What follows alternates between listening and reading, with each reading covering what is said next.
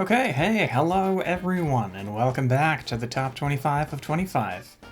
It's, what, day 19 today, I believe? I don't know. If you'd like to ascertain the truth for yourself, please, by all means, go and click the playlist link in the description below. So today, I'm going to be talking about Deltarune. And this game gets to live in a weird spot as the only one on the list that I have, and also have not, played before. How is that possible? Well, keep watching to find out. Alright, so Deltarune, like so many episodic adventure games before it, has been releasing one chapter at a time. They are not mere weeks or months apart, however. Chapter 1 came out way back in 2018, and I played it on release. Chapter 2 didn't come out until 2021, and I played both chapters at that point.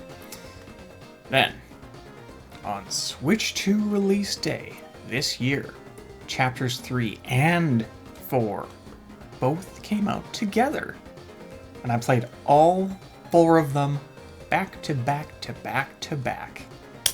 It was lovely. The broad strokes of the plot are as such. Chris and Susie are a human and monster that happen to become friends when they're pulled into an alternate reality, also known as the Dark World. There, they meet friends and foes alike and learn that someone, or something, is plotting to open up dark fountains all over the light world to cover it with darkness.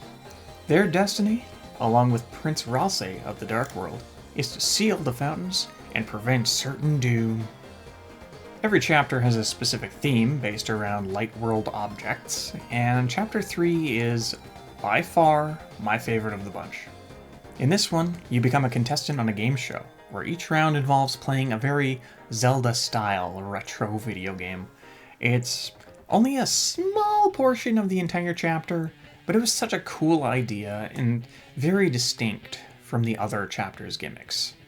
Chapter 4 is a little more in line with the first 2 chapters, having similar gameplay, but with its own new mechanic of climbing walls. However, this is the chapter where you spend by far the biggest portion of your time in the light world, as opposed to the other chapters, where you're in the dark world like 95% of the time.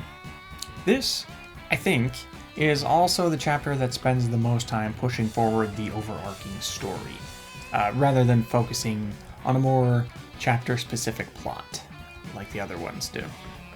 The combat system in Deltarune is pretty standard RPG fare, at least at a glance. You select the attacks you want your guys to do, and then they do them. But when enemies attack, the screen becomes something of a bullet hell shooter, and you have to control a little heart icon and dodge incoming projectiles. Not only does this add a lot of fun and action to battles, but it gets absurdly creative as the game progresses, and the secret boss of every chapter is like maddeningly difficult. You also have the choice to spare just about every foe you meet, which will unlock some additional options, and maybe even change the story a little? I don't know for sure. I've never once actually killed an enemy. It's always more interesting to figure out how to spare them instead. Chapters 1 and 2 of Deltarune set such a high bar that I was actually a little bit worried about how I would feel about 3 and 4. But much to my delight, Deltarune is a game that just keeps getting better.